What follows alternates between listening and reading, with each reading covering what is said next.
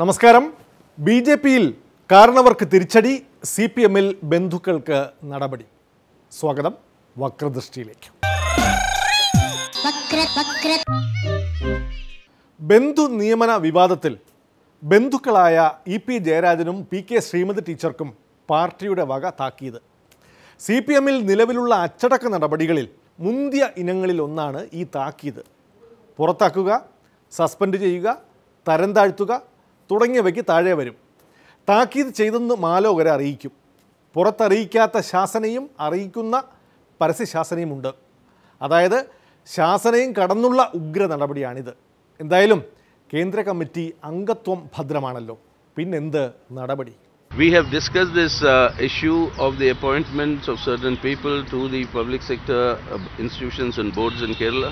എവിടെ പോടാ? നോയിസ് കേട്ടില്ല. പോടാ പട്ടി. The reports have come. The two comrades, very senior comrades, big senior leaders of our party, Comrade EP Jayarajan and Comrade Srimati, have both also given their explanations where they express their regret at what all that has happened.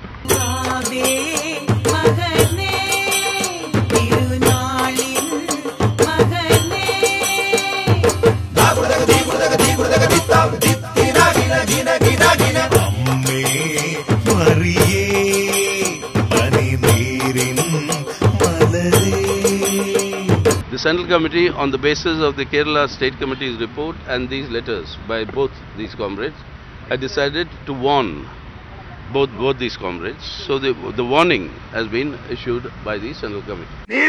Committee നോക്കി മര്യാദയ്ക്ക് ജീവിക്കോ?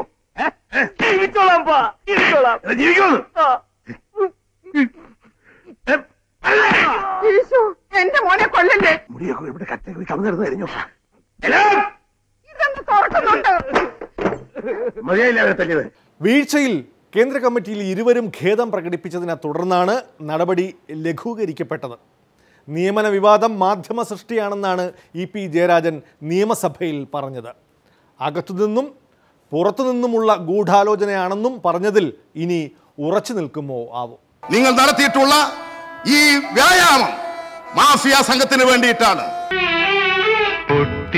കരഞ്ഞുകൊണ്ടോ മനെ ഞാൻ എൻ്റെ കുറ്റങ്ങൾ സമ്മതിക്കാം. ഇപ്പൊ സകലത് കിട്ടിയിരിക്കല്ലേ.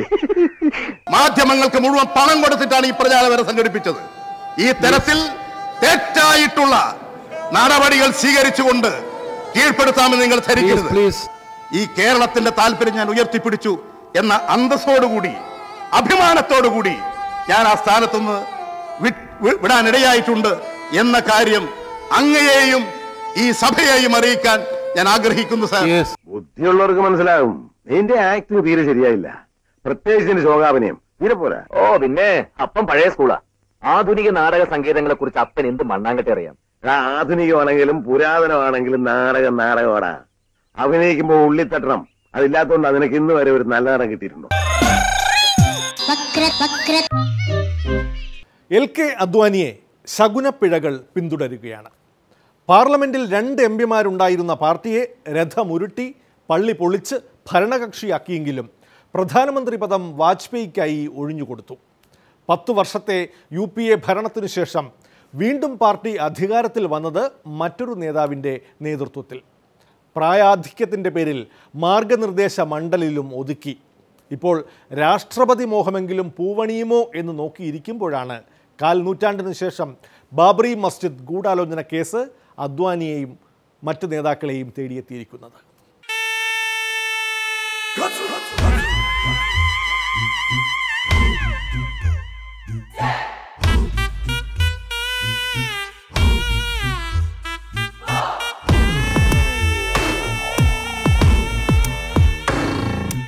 അയ്യോ അയ്യോ കഷ്ടപ്പാടിൻ കൂത്ത്, കണ്ണീലോ കണ്ണീരിൻ പെരുമാറി.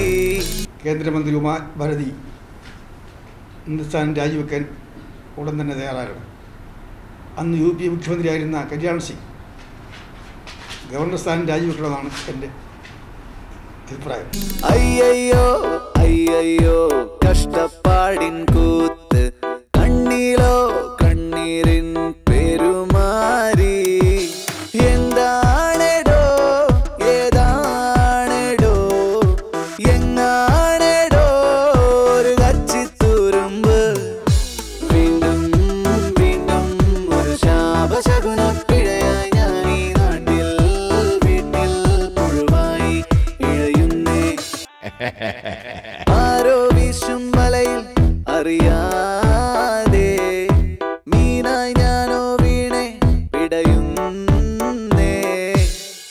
कांग्रेस ने कहा कि इस्तीफा दे तो फिर इंदिरा गांधी, राहुल गांधी और क्या बोलते हैं सॉरी सोनिया गांधी, राहुल गांधी सब पे केस चलना चाहिए तो 10,000 सिखों की हत्या का। तो इसलिए उनकी बातों का मैं जवाब नहीं देना चाहती, बाकी मैं पद से चिपकने वाले लोगों में से नहीं।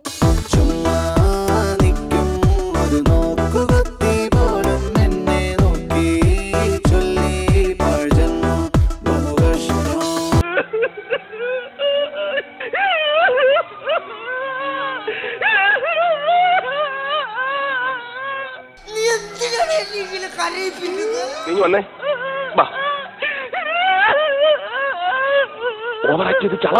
പാവം അയാൾ കരഞ്ഞുകൊണ്ടാ പോകുന്നത്.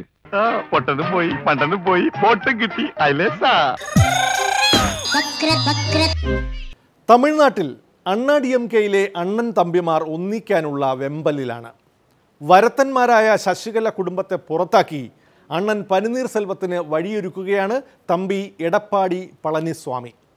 ജയിലിലായ ശശികലയ്ക്ക് പിന്നാലെ ചെല്ലപ്പിള്ള TTV ദിനകരനും ഉള്ളിലാവുമെന്നുറപ്പായതോടെയാണ് പാർട്ടി തന്നെ അകത്താവാതിരിക്കാൻ മുഖ്യമന്ത്രിയും കൂട്ടരും രംഗത്തിറങ്ങിയത്. അവന്റെ കൂടെ എന്തെല്ലാം എഴുതി വാങ്ങിക്കാണ്ടോ അതെല്ലാം എഴുതി വാങ്ങിച്ചിട്ട് അവൻ എന്തെല്ലാം കൊടുക്കാണ്ടോ അത് കൊടുത്തും വെച്ച് അവനെ പിരിച്ചുവിട്ടേക്ക്. ഇതാടതാണ് സാർ. അവൻ പട്ടിയെ കൊണ്ട്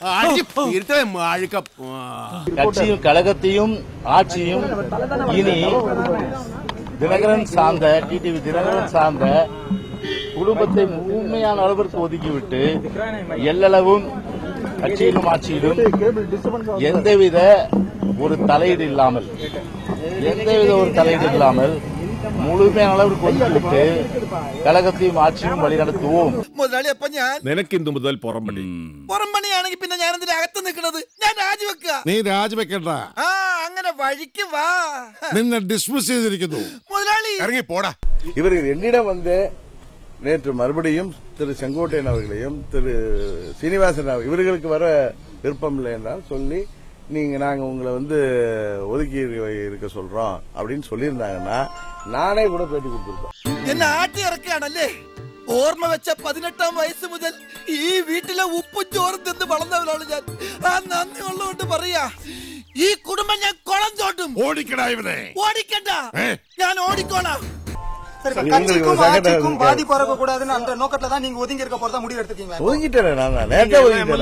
അണ്ണനും തമ്പിയും ഒത്ത സ്ഥിതിക്ക് ഇനി പാർട്ടിയുടെയും ഭരണത്തിന്റെയും കടിഞ്ഞാണാർക്ക് എന്നാണ് അറിയേണ്ടത്. OPS-നോ APS-നോ?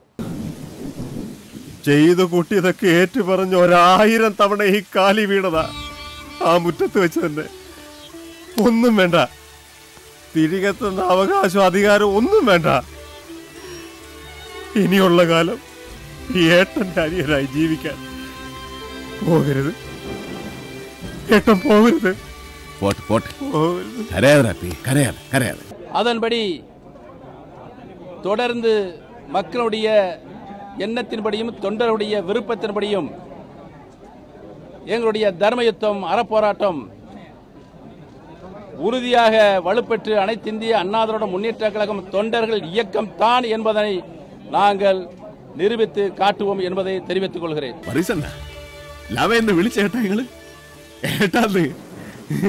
എന്റെ ഉടയമ്പരാനെ ഇതൊന്നും കേൾക്കാനും കാണാനും അദ്യം ഇല്ലാണ്ട് പോയല്ലേ. എന്നാലും ഇത്തിരി നേരത്തെ ആയിപ്പോയി കേട്ടാ പോക്ക്. தொண்டர்கள் விருப்பம் எதுவோ, மக்களுடைய விருப்பம் எதுவோ அதுவை நடைமுறைப்படுத்துவதற்கு இருதரமும் உட்கார்ந்து பேசி முடிவெடுப்போம் என்பதை தெரிவித்துக் கொள்கிறேன்.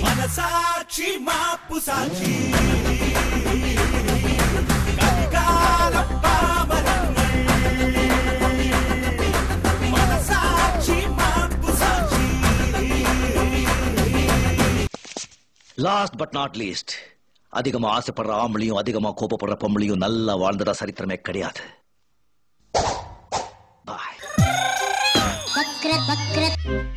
വക്രദൃഷ്ടിയിൽ ഇടവേളയാണ്. പിണറായി കെജ്രിവാൾ ഭായി ഭായ്.